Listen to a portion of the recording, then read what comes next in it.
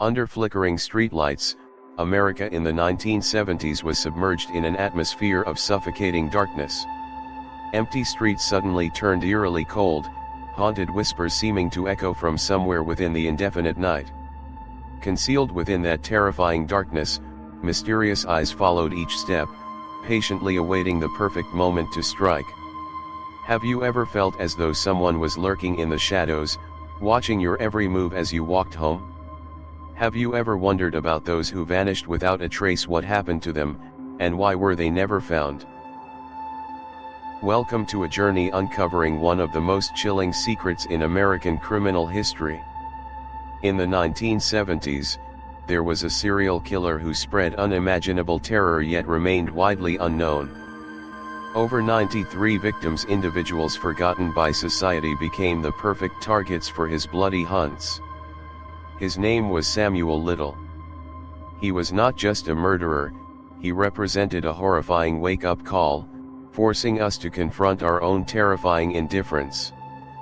Samuel Little was extraordinary not only because of his staggering victim count of 93 but also because of how he selected his victims.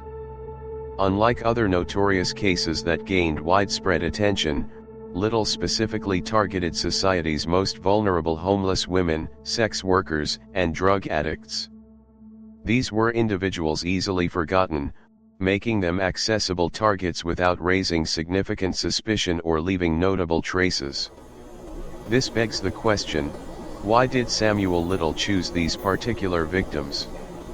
Was it a random decision, or was it a calculated strategy designed to evade scrutiny from both the community and law enforcement?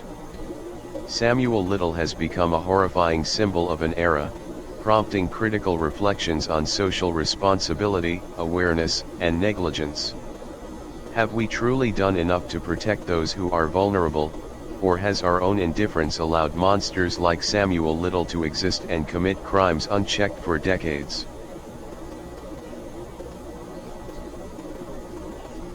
Samuel Little was born and raised in a turbulent and painful environment, a childhood stained with darkness and deep psychological scars. From the moment he was born, Little lacked genuine love and attention from his parents. His mother, a prostitute heavily addicted to drugs, never truly desired the existence of her child. Shortly after his birth, Samuel was abandoned on a deserted dirt road on a cold, rainy night, marking the first psychological traumas that would shape him. Although taken in by his caring grandmother, Samuel Little's childhood remained engulfed in extreme poverty. His family lived in a crime-ridden neighborhood, where witnessing violence, theft, and drug abuse was an everyday occurrence. This harsh environment gradually planted distorted thoughts and violent obsessions in his young mind.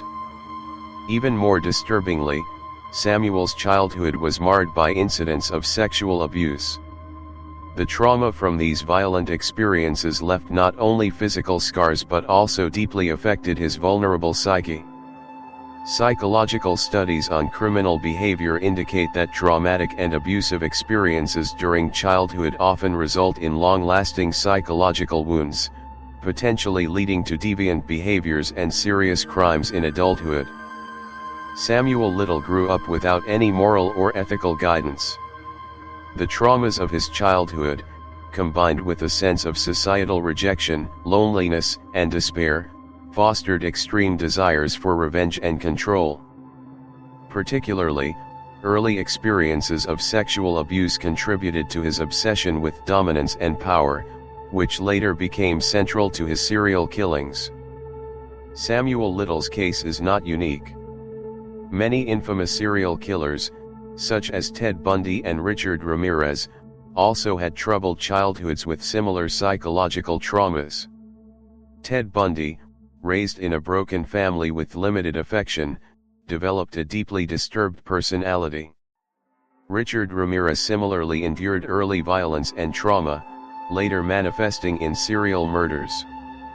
These childhood traumas and psychological distortions served as crucial precursors, transforming Samuel Little step by step into a horrifying monster. This underscores the critical importance of early intervention from families and society, highlighting the need for special attention and care for children facing difficult circumstances, to prevent the emergence of future individuals like Samuel Little. The criminal journey and psychology of serial killer Samuel Little are deeply complex and require thorough analysis to truly understand the nature behind his heinous acts. First, we must understand why Samuel Little specifically targeted individuals on the fringes of society.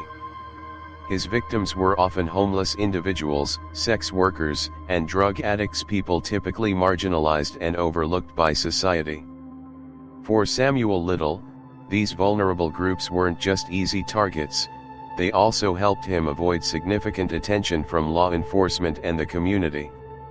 Criminal psychology research indicates that serial killers frequently choose vulnerable victims to minimize the risk of detection, reflecting both a strategic move and a disturbing disregard for human life.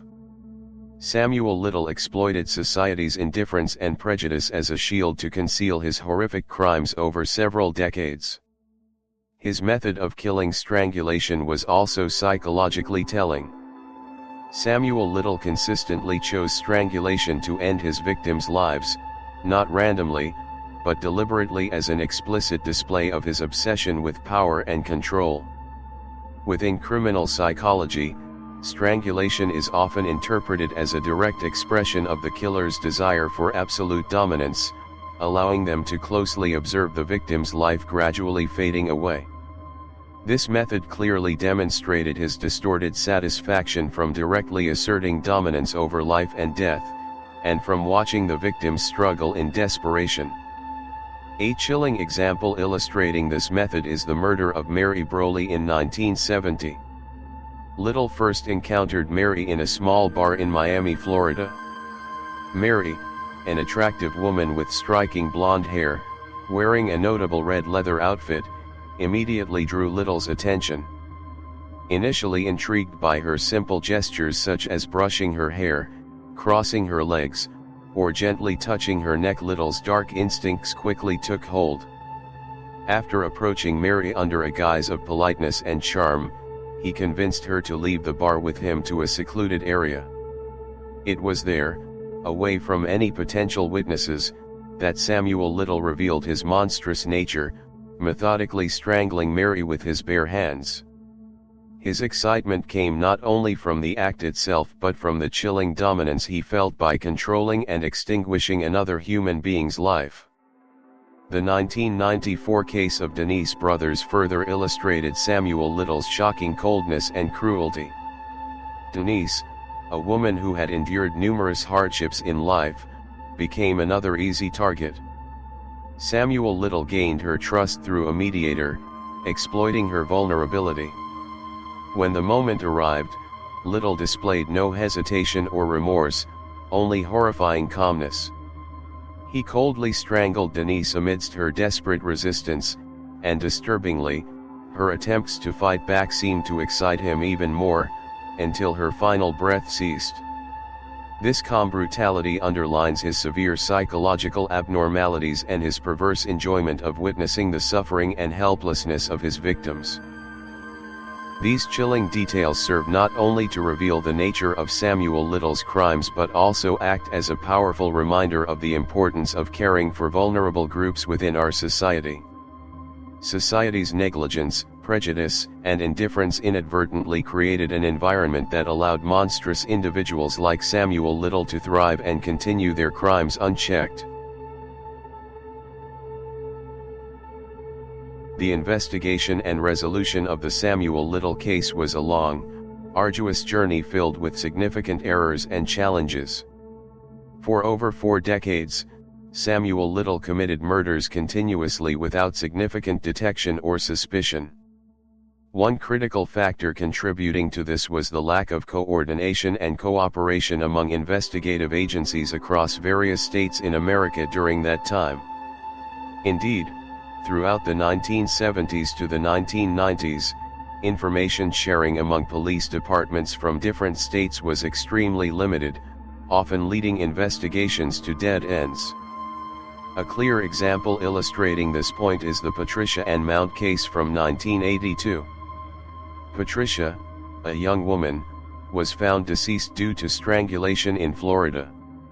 Although witnesses described a man and a suspicious vehicle, the lack of effective communication and coordination between investigative units in Florida and other states prevented law enforcement from connecting Samuel Little to this crime early on.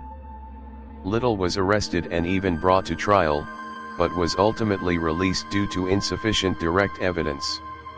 This grave oversight allowed him to continue his crimes unhindered for years afterward.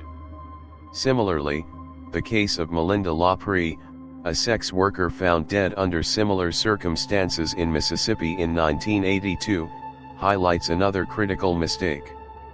Despite clear eyewitness accounts describing the suspect's appearance and vehicle, the evidence at the time was deemed insufficient in court. Additionally, societal biases against sex workers undermine the credibility of witness testimonies. Once again, Little escaped legal consequences and continued committing horrific crimes. It wasn't until advanced investigative techniques and DNA technology became widely implemented in the early 21st century that the curtain concealing Samuel Little's crimes finally began to lift.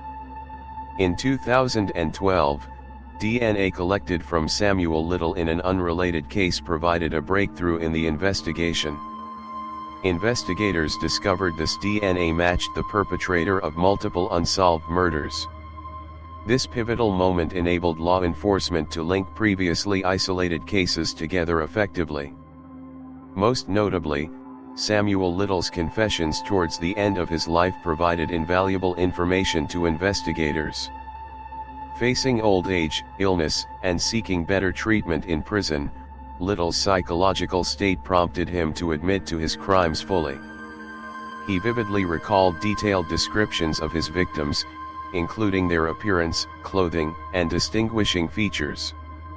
Remarkably, he drew portraits of many victims from his extraordinary memory. These portraits were later released by the FBI to seek public assistance in identifying unidentified victims. The Samuel Little investigation has revealed essential insights into the significance of technological advancements, interstate cooperation, and perseverance in criminal investigations.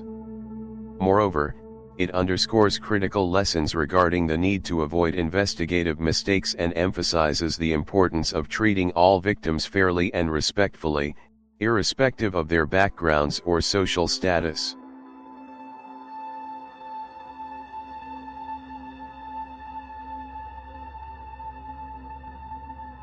In September 2014, at the Los Angeles Superior Court, Samuel Little was finally convicted for the murders of Carol Alford, Audrey Nelson, and Guadalupe Apodaca, which took place between 1987 and 1989 in Los Angeles.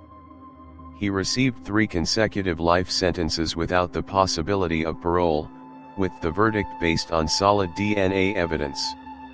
Samuel Little served his sentence at California State Prison in Los Angeles County, where he remained incarcerated until his death in 2020. Samuel Little left behind a profound philosophical lesson that society cannot ignore.